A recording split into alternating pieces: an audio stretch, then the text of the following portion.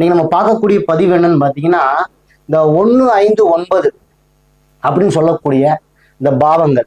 இந்த பாவங்கள் வலுப்பெறும் போதே அந்த ஜாதகர் வாழ்வில் என்னைக்காவது ஒரு நாள் கண்டிப்பா பணம், புகழ், பேர், அந்தஸ்து சம்பாதிக்கக்கூடியவரா வந்துருவாரு அப்படிங்கிறதுல ஒரு ஜோதிட விதி. இந்த மூணுல ஏதாவது ஒன்னாவது பலமா இருந்தா கண்டிப்பா வாழ்க்கையில அவர் ஏதாவது ஒரு சூழலையாவது முட்டி மோதியாவது வெளியில வந்துருவாரு. இப்படி எல்லாம் சொல்றாங்க பாத்தீங்கன்னா, முட்டி மோதியாவது பெரிய ஆளாயிருவாரு. சாதாரண நிலையில ஆரம்ப காலத்துல இருந்தாலும் கூட ஏதோ ஒரு காலத்துல அவரோட தன்னுடைய முயற்சியினால எப்படியாவது பெரிய ஆளாயிருவார். ஏதாவது ஒரு பாவம் நல்லா இருந்தா கூட இப்படி எல்லாம் சொல்லக்கூடியதுதான் ஜோதிட விதி. இப்ப இந்த பாவம் என்னன்னு உங்களுக்கு புரியுற மாதிரி ஃபர்ஸ்ட் நான் சிம்பிளா சொல்லிடுறேன். ஒருவருடைய ஜாதகத்துல 1, 5, 9ஆம் பாவங்கள் என்ன மாதிரியான தன்மையை வெளிப்படுத்தும் அப்படிங்கிறத பத்தி நான் உங்களுக்கு சொல்ல போறேன். இந்த 1ஆம் பாவம்ங்கிற பாவம் என்னன்னு கேட்டீங்கன்னா, ஒரு மனிதன் வாழ்வில் எந்த விதமான கீழ்நிலையில் எந்த அடித்தட்டு நிலையில் அவன் இருந்தாலும் கூட ரொம்ப கஷ்டப்பட்டுருங்க, என்னால முடியலைங்க சுத்தமா இப்படின்னு அவன் இருந்தாலும் கூட அந்த நபருடைய லக்னம் 1வது பாவம் பலமா இருக்கும் பட்சத்தில், அந்த லக்னாதிபதி 1ஆம் பாவாதிபதி பலமா இருக்கும் பட்சத்துல என்னைக்காவது ஒரு நாள் வாழ்க்கையில கண்டிப்பா அவன் பெரிய ஆளாயிருவான். முட்டி மோதின்னு சொன்னோம் பாத்தீங்களா, எங்கேயாவது முட்டி மோதி வெளியில அவன் பெரிய ஆளாயிருவான்னு வச்சுக்கோங்களேன். எந்த இடத்திற்கு தகுந்த மாதிரி சூழலில் தன்னை மாற்றிக்கொண்டு சில சுய முயற்சியின் அடிப்படையில வாழ்க்கையில யாரும் எனக்கு உதவி செய்யலைங்க, ஆரம்ப காலத்துல இருந்து இப்ப வரைக்கும் என்னோட எல்லா விதமான முன்னேற்றத்திற்கும் நான் தான் காரணமா இருந்து என்னோட சுய முயற்சியில தான் நான் ஒவ்வொரு வெற்றியை அடைஞ்சிட்டு வரேன். இப்படி சொல்லக்கூடிய நபராக இந்த 1ஆம் அதிபதி வலுப்பெறும் போதோ அந்த பாவம் வலுப்பெறும் போதோ அந்த நபர் இருப்பார். எப்படியாவது நான் சுய முயற்சியில நான் தான் கஷ்டப்பட்டு ஆரம்பத்துல இருந்து முன்னுக்கு வரேன்னு சொல்லக்கூடிய வாய்ப்புலாம் அந்த 1ஆம் பாவத்திற்கு உரித்தானதாகும் வச்சுக்கோங்களேன். அதே மாதிரி வாழ்வில் இந்த 1ஆம் பாவம் இந்த 1ஆம் பாவாதிபதி எங்கெல்லாம் தொடர்பு கொள்றாரோ அது சார்ந்த விஷயங்கள்ல தான் இந்த ஜாதகர் அந்த ஜாதகர் ஈடுபட்டுக்கிட்டே இருப்பாருன்னு வச்சுக்க. இப்போ 1ஆம் பாவாதிபதி 1ஆம் இடத்துலயே இருக்காருன்னு வச்சுங்க, எப்படியாவது அவர் பெரிய ஆளாயிருவாருன்னு வச்சுங்களேன். ஏதோ ஒரு சூழலை ஒரு ஆரம்ப காலத்துல கஷ்டப்பட்டுட்டு இருந்தாங்க கூட ஏதோ ஒரு காலத்துல அவர் பெரிய ஆளாகக்கூடிய சூழ்நிலை கண்டிப்பா வந்துடும். அதே மாதிரி 2ஆம் பாவத்தோடு தொடர்பு வைக்குதுன்னு வச்சுக்கோங்க. அந்த லக்னமோ லக்னாதிபதியோ பாவத்தோடு தொடர்பு ஏதோ ஒரு பாவம் அப்படி தொடர்பு கொள்ளும் பொழுது பொருளாதாரம் சார்ந்த விஷயங்கள்ல இந்த ஜாதகரை தான் அந்த பொருளாதாரங்களையும் சரி பொருளையும் சரி தேடி ஓடக்கூடிய நபரா மாறிடுவார். வாழ்க்கையில பணம் பொருள் இதை தேடி ஓடணும்டா, எப்படியாவது வாழ்க்கையில ஓடிய சம்பாரிச்சிடணும் இப்படிங்கக்கூடிய எண்ணமெல்லாம் வந்துகிட்டே இருக்கும். அந்த லக்னாதிபதியும் லக்ன பாவம் லக்னாதிபதியும் லக்ன பாவம் 2ஆம் பாவத்தோட தொடர்பு கொள்ளும் போது 2ஆம் பாவாதிபதியோட தொடர்பு கொள்ளும் போது வச்சுக்கோங்க. அதே மாதிரி இந்த 7ஆம் பாவத்தோட ஒருத்தருக்கு லக்னமோ பாவாதிபதி தொடர்பு கொள்ளுதுன்னா இந்த திருமண காலங்கள்ல உங்களுக்கு புரியுற மாதிரி சில முக்கியமான பாவங்களை தொடர்பு படுத்தி சொல்லிட்டே வர. 7ஆம் பாவத்தோட ஒருத்தருக்கு தொடர்பு உள்ளதுன்னு வச்சுக்கோங்களேன். இந்த திருமண காலங்கள்ல இந்த மாப்பிள்ளை தான் பொண்ணை போய் பார்க்கணுமே தவிர அந்த பொண்ணு இந்த மாப்பிள்ளையை பார்க்காது. அதே மாதிரி இந்த பெண் ஜாதகமா இருக்குன்னு வச்சுக்கோங்க, அந்த பெண்ணு தான் அந்த மாப்பிள்ளையை போய் தேடி போகக்கூடிய வாய்ப்பு வருமே தவிர அந்த மாப்பிள்ளை இந்த பெண்ணு தேடி வரமாட்டார். இந்த மாதிரியான அமைப்புகள் ஏற்பட்டுக்கிட்டே இருக்கும். அதே மாதிரி இந்த லக்னம் பாவம் லக்னாதிபதியோ 10ஆம் பாவத்தோடு தொடர்பு கொள்ளக்கூடிய அமைப்பு ஒருத்தருக்கு வருதுன்னு வச்சுக்கோங்களேன், தொழில் சார்ந்த விஷயங்களை தேடிக்கிட்டே இருப்பார். வேற அந்த ஊர்ல ஒரு வேலை இருக்கு, வேற இந்த ஊர்ல ஒரு வேலை இருக்கு, இப்படி போயிட்டே இருக்கக்கூடிய வாய்ப்பெல்லாம் இந்த லக்னாதிபதி 10ஆம் பாவத்தோடு தொடர்பு கொள்ளக்கூடிய நபர்களுக்கு ஏற்படும். இப்ப புரியுதா? லக்னம்னா என்ன அப்படின்னா, லக்னம் எந்த அளவுக்கு பலமா இருக்குதோ அந்த அளவுக்கு தான் அந்த ஜாதகர் வாழ்வுல ஒரு சூழல்ல மேல வர முடியும். முட்டி மோதி மேல வராரு பார்த்தீங்களா, அந்த சூழல்ல வர முடியும். அடுத்து 5ஆம் இடம் என்று சொல்றேன்னு கேட்டுங்க. 5ஆம் இடம் என்பது நம்மளுடைய குழந்தைகளை பற்றி சொல்லக்கூடியது. வாழ்க்கையில ஒருத்தர் ஏன் சாதாரண அதாவது சைக்கிள்ல ஒருத்தன் ஏன் போறான், ஒருத்தன் ஏன் கார்ல போறான், ஒருத்தன் ஏன் சைக்கிள்ல போறான், ஒருத்தன் ஏன் பென்ஸ் கார்ல போறான், இதற்கான வித்தியாசம் இருக்கு பாத்தீங்களா. நம்மளுடைய பூர்வ ஜென்மத்துல நாம் செய்த பாவ புண்ணியங்களின் அடிப்படையில் இந்த பிறவில சில கர்ம பலன்களை அனுபவிக்கிறோம் பாத்தீங்களா. அந்த கர்ம பலன்களை பொறுத்து நமக்கு நன்மையோ தீமையோ ஏற்படுது. அது மாதிரி ஒருத்தன் ஏன் அவ்வளவு கஷ்டப்பட்டுட்டு இருக்கான், ஒருத்தன் ஏன் நல்லா இருக்கான் இப்படின்னு சொல்லக்கூடியது இந்த 5ஆம் பாவம் தான். நம்மளுடைய பூர்வ புண்ணிய ஜென்மங்களுடைய பலன்களை பற்றி சொல்லக்கூடியது இந்த 5வது பாவம்னு வச்சுங்களேன். வாழ்க்கையில நீங்க எந்த விதமான பலம் வாய்ந்த தெய்வங்களை வழிபட்டாலும் கூட நான் கூப்பிட்டோன்னே அந்த சாமி முன்னாடி நிற்குண்டா, பலன் சொல்லிட்டு போகுண்டா இப்படின்னு சொன்னாலும் கூட உங்களுக்கு அந்த தெய்வம் சொல்லுவதற்கு அனுமதியும் அனுகிரகமும் தரக்கூடிய தெய்வம் எதுன்னு கேட்டீங்கன்னா உங்களுடைய குலதெய்வம் தான் வச்சுக்கங்களேன். அப்படியாப்பட்ட குலதெய்வத்தை சொல்லக்கூடியது இந்த 5வது பாவம். இந்த 5வது பாவத்துடைய தன்மைகள் இதுதான்.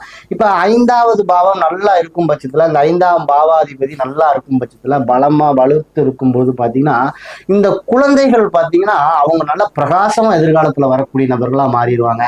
குழந்தைகளோட முன்னேற்றம் அபரிமிதமா இருக்கும். இந்த குழந்தைகள் நல்லா அந்த 5ஆம் பாவாதிபதி எந்த பாவத்தோட தொடர்பு கொள்ளுதோ இந்த பாவத்தை சார்ந்து அந்த குழந்தைகள் தேடி போகக்கூடிய வாய்ப்பு வந்துகிட்டே இருக்கும்னு வச்சுங்க. அதே மாதிரி அந்த 5ஆம் பாவாதிபதி 5ஆம் இடத்துல வலுத்து இருக்கிறதெல்லாம் பாத்தீங்கன்னா அந்த குழந்தைகள் வாழ்க்கையில எல்லாமே அந்த குழந்தைகளுக்கு தேடி கொடுத்துருவார் அந்த தந்தையார். வாழ்க்கையில் அந்த குழந்தைகள் எதையும் தேடி போக வேண்டிய அவசியமே இருக்காது.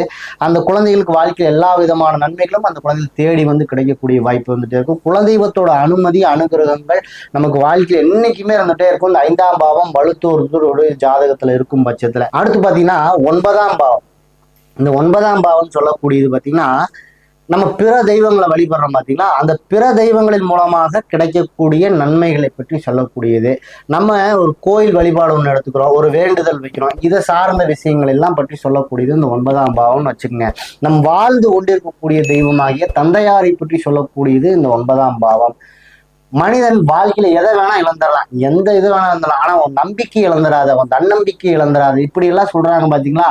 அதை பற்றி சொல்லக்கூடிய அந்த நம்பிக்கையை, உன்னுடைய நம்பிக்கையை பற்றி சொல்லக்கூடியது 9ஆம் பாவம் தான். இந்த மாதிரி இந்த 3 பாவங்களும் இவ்வளவு பெரிய ஒரு முக்கியத்துவத்தை வாய்ந்த பாவங்கள். இந்த 9ஆம் பாவம்னே சொல்லக்கூடியது என்னன்னு கேட்டீங்களே, பணம் புகழ் அந்தஸ்து இதெல்லாம் பற்றி சொல்லக்கூடியது 9ஆம் பாவம். அப்ப 9ஆம் பாவம் ஒருத்தனுக்கு வலுத்து 9ஆம் அறிவு 9ஆம் இடத்துலயே இருக்கிறது, இதெல்லாம் பாத்தீங்கன்னா அவன் வாழ்க்கையில கண்டிப்பா என்னைக்காவது ஒரு நாள் புகழ் அடைஞ்சே தருவான். அந்தஸ்து வாய்ப்புகள் பணம் புகழ் அந்தஸ்துகளை கண்டிப்பா வாழ்க்கையில் அடைஞ்சே தருவான்னு வச்சுக்கோங்க. இந்த 9ஆம் பாவாதிபதி எந்த பாவத்தோடு தொடர்பு கொள்ளுதோ அதன் மூலியமாக புகழ் அந்தஸ்துகளை அடையக்கூடிய நபர்களாக மாறிடுவான். உதாரணத்துக்கு சொல்லணும்னு வச்சுக்கோங்க, 9ஆம் பாவாதிபதி 10ஆம் இடத்தோடு போய் ஒருத்தனுக்கு தொடர்பு கொள்ளுதுன்னா 10ஆம் இடம் என்பது தொழில் ஸ்தானம் இல்லையா. அப்ப தொழில் மூலியமாக புகழ் பணம் அந்தஸ்து இதை சம்பாதிக்கக்கூடிய வாய்ப்பு அப்படிங்கிறது வச்சுக்கோங்க. இப்போ 9ஆம் பாவாதிபதி வந்து 1ஆம் இடத்தோட சம்பந்தப்படுதுன்னு வச்சுக்கோங்களேன். அவனுக்கு அவன் செய்யக்கூடிய செயல் மூலியமாகவே அவனுக்கு வந்து வாழ்க்கையில புகழ் அந்தஸ்து கிடைச்சுக்கிட்டே இருக்கும். ஏன்னா 1ஆம் இடம் லக்னம் அப்படிங்கிறதுனால அவன் செய்யக்கூடிய செயல் மூலியமாகவே அவனுக்கு வாழ்க்கையில அந்த புகழ் அந்தஸ்து கிடைச்சுக்கிட்டே இருக்கும். 9ஆம் இடத்துல ஒருத்தருக்கு இருக்கிறது பாத்தீங்கன்னா, ஒன்னா அவர் கண்டிப்பா வாழ்க்கையில எப்படியாவது புகழ் அந்தஸ்து அடைஞ்சிருவாரு, அல்லது அவங்க அப்பா வருதாப்பா அவங்க அப்பா இப்படிலாம் சொல்றாங்க பாத்தீங்கன்னா, இப்படின்னு சொல்லக்கூடிய வாய்ப்பெல்லாம் அவங்க அவர் பையனா நீங்க இப்படின்னு சொல்லக்கூடிய வாய்ப்பெல்லாம் அந்த 9ஆம் அதிபதி 9ஆம் இடத்துல இருக்கக்கூடிய நபர்களுக்கு ஏற்படும். இப்ப இதுதான் 1 5 9 அப்படின்னு சொல்லக்கூடிய பாவங்களுடைய பலன்கள்னு வச்சுக்கங்க. இப்போ ஏன் ஒரு சிலருக்கு வந்து இந்த பாவங்களோட இந்த புகழ் அந்தஸ்து பணம் அப்படின்னு சொல்லக்கூடிய விஷயம் வாழ்க்கையில் எனக்கு கிடைக்க மாட்டேங்குது அப்படின்னா, இந்த 1ஆம் அதிபதி 5ஆம் அதிபதி 9ஆம் அதிபதி இவர்கள் வந்து சனி பகவானுடைய அந்த பார்வைப்படக்கூடிய இடங்களாக, சனி பகவானுடைய பார்வைப்படக்கூடிய அதிபதிகளாக இருக்கும் பொழுது அந்த நன்மைகள் நமக்கு கிடைப்பதில் சில தடைகளும் பிரச்சனைகளும் ஏற்படக்கூடிய வாய்ப்பு இருக்கும். இப்போ 1 5 9க்கு வந்து சனி பகவான் அந்த பாவங்களுக்கு வந்து சனி பகவானுடைய பார்வை இருக்குன்னு வச்சுக்கோங்க, அல்லது அதன் அதிபதிகளுக்கு சனி பகவானுடைய பார்வை இருக்குன்னு வச்சுக்கோங்களேன், சில தடைகளும் தாமதங்களும் அதில் பிரச்சனை ஏற்படக்கூடிய வாய்ப்பு வரும்.